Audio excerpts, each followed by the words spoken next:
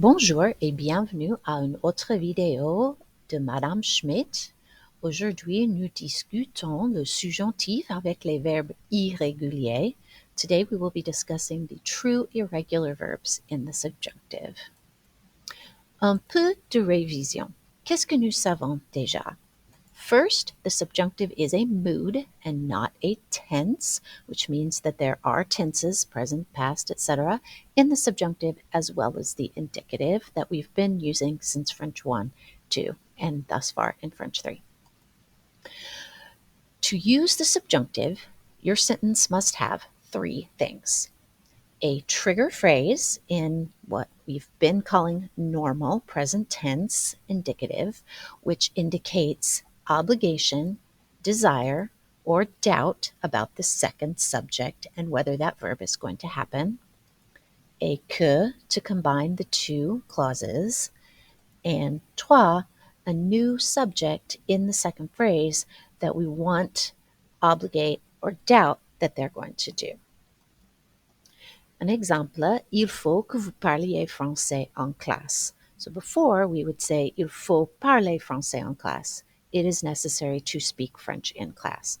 But now I want y'all to speak French. So I say, il faut que vous parliez. It is necessary that you all speak French in class. So there's a subtle distinction there, and that's why we need the subjunctive. Comment former le subjonctif? C'est assez facile. First, you find your stem.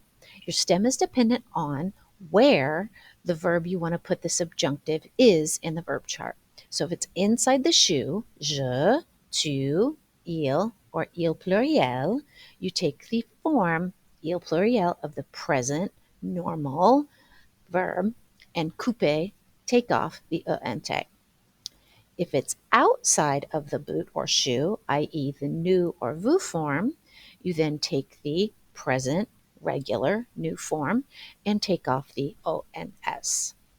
Then you just simply add your ending that corresponds for the subjunctive. The subjunctive endings are je, tu, es, il, nous, ions, vous, iez, and il pluriel, and te. You'll notice that inside the boot, they're just like a regular present tense, er verb, and outside the boot, the new and vous forms look like the imparfait. Now we will see some examples of some complete verb conjugations. For an er verb, regular, we take off the ent or ons, and we have these forms here. For an ir verb, we take off again the ent or the ons, but keep the iss, and we end up with these forms here. For an re verb, again, we take off the ent or ons and add the endings as shown. And for a class 2 IR verb, that is dormir, servir, partir, mentir, and so forth, we take off the ent. Note that these verbs do not have an ISS, and so then we just add the endings like the rest.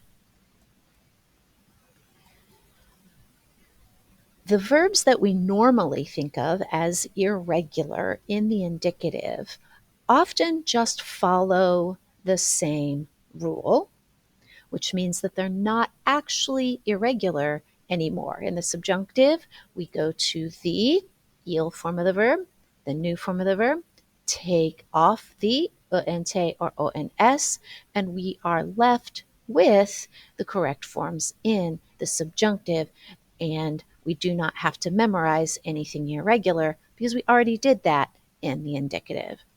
So we have boive, boive, boive, bouvions, bouvier, and boive, because we know that the new form of this is different than the il plural form. The same works for verbs like prendre, with prenne and prenons, accordingly. Devoir, with doivent and devions accordingly. Recevoir with reçoivent and recevions, etc. And dire, which actually ends up being basically one stem because dise and disons are the same. But it's still technically following the rule of taking off the ent from the il pluriel and taking off the ons of the new form. The rule still follows. They just happen to be the same. Enfin, we have venir with viennent and venons. And of course, their stems are different because they're different in the indicative. So basically, the idea is if you have your indicative, normal, regular, present tense conjugations of the irregular verbs memorized, the subjunctive should be easy. You just have to pull them out of your memory.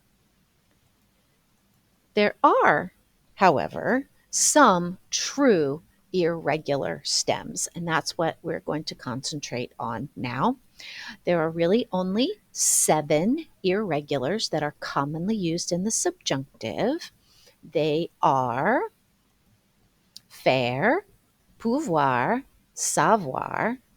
Those are single stem irregulars, which means that both inside and outside of the boot, they are the same. So faire is face, pouvoir is puisse, and savoir is sache. However, vouloir and aller work like all of the others, and they have an inside the boot stem, they, and I, versus an outside the boot stem, vul and al. So to see it in action, we note that faire has one stem, so we use that for all of the forms, and we're left with que je fasse, que tu fasses, qu'on fasse, que nous fassions, que vous fassiez, qu'il fasse. Or, with the case of a double stem, we have I being inside the boot and al being outside the boot. So we end up with que j'aille, que tu ailles, qu'on aille, que nous allions, que vous alliez, and qu'elles aillent. Notice that basically for aller, the I jumps from before the 2 L's inside the boot to after the 2 L's outside the boot. There are, of course, our typical true irregulars where we will have to memorize every form. As usual, you probably expect that they would be être and avoir.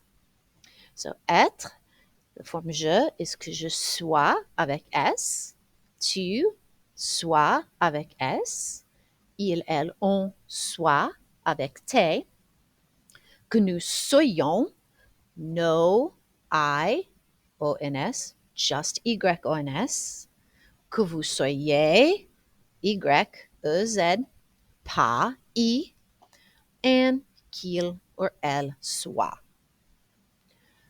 Avoir, que j'ai avec E, que tu es avec ES, qu'il, elle, on est avec T, que nous ayons pas I, juste Y-O-N-S, que vous ayez pas I, juste Y-E-Z, et qu'ils, elles aient avec E-N-T qu'on ne prononce pas. C'est tout. That's all I have for you today on the true irregular verbs. They simply just need to be memorized and continue working on the other stems and endings as you do your devoir. Bonne chance et au revoir.